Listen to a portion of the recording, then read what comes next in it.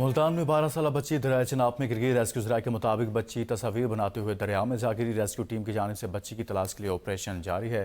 اس حوالے سے آپ کو آگاہ کریں کہ ملتان میں 12 سالہ بچی دریائے چناب میں گر گئی ہے اور اس حوالے سے ریسکیو آپریشن جاری ہے۔ مزید تفصیلات جانتے ہیں نمائندہ ABN نیوز احمد خان بابر سے۔ جی احمد خان، بتائیے گا اس حوالے سے کہ آپریشن جاری ہے؟ جی بالکل، ملتان میں جو ہے وہ دریائے چناب پر فیملی جو ہے وہ وہاں پر دریائے چناب کے پاس گئی ہوئی تھی، لیکن بچی جو ہے وہ 12 سالہ وہ دریائے چناب کے کنارے پہ کھڑے ہو کے اس نے تصویر بنانے کی کوشش کی تو اچانک پاؤں سلپ ہونے کی وجہ سے جو ہے وہ دریائے چناب کے اندر گر گئی ہے۔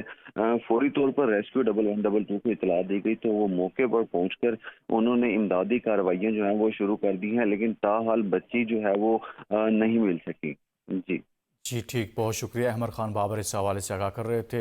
یہاں پر ریسکیو آپریشن جاری ہے۔ بچی تصاویر بناتے ہوئے دریائے چناب میں گری، تلاش کے لیے اس وقت آپریشن جاری ہے۔